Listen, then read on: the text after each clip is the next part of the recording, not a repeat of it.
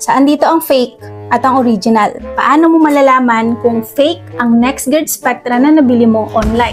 Okay, so meron na ako dito na parcel at NextGuard Spectra. O box to hindi pa siya na-open.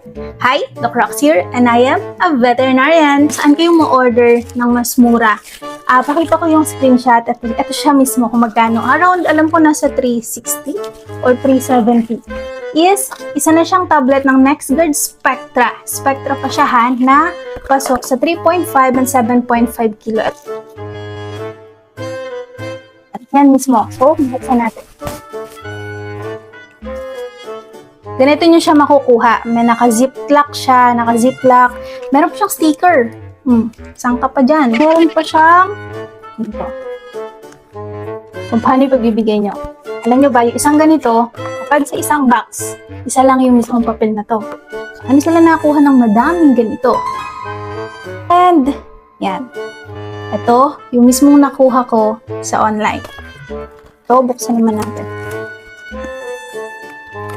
Ang expiry niya is February 20. Nakita. February 2027. Buksan natin. See? Ano ang pagkakaiba? Ito yung papel sa mismong box ng NextGuard Spectra. Dati available sa clinic sa mga license na store na nagbebenta ng NextGuard Spectra. Una-una, ito yung papel. Manipes. Dito, printin sa bond paper. Pwedeng dati na to. Pero magkaiba. Next, ito. Saan dito ang fake at ang original? Papakita ko sa inyo. Ay, totoo pala, meron palang fake Spectra. Naghanap ako sa mga sa FB page ng mga dog group.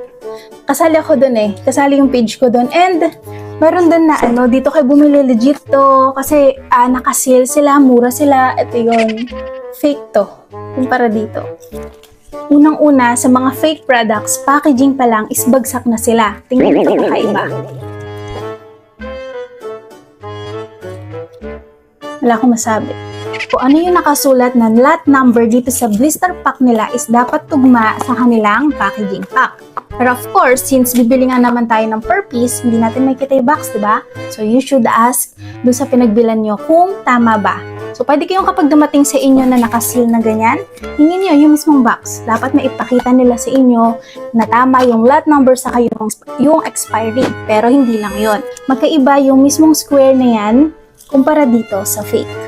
And also yung mismong itsura niya. Next, check nyo yung mismong tablet or yung loob niya.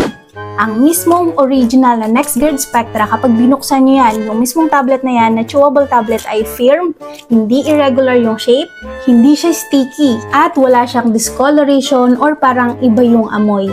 Yung mismong ikaw na mismo magtataka kung legit ba to. Yung pinaka-importante, where to buy matters. Why? Napatunayan ko na. That's why, kaya medyo pricey yung mga gamot na yan is dahil effective yan. Is dahil may mga gamot dyan na talagang safe para sa inyong alaga. Pero, kung nakabili kayo online, mura nga. Mas dumami pa yung kuto ng alaga nila. Yes, mura nga online, pero mapapamura ka naman dahil hindi pala legit yung nabili mo. Itong fake na NextGuard Spectra na to, hindi natin sure kung ano yung nakalagay dito, ano yung ginamit nila, o even treats lang ba to. Sana treats lang.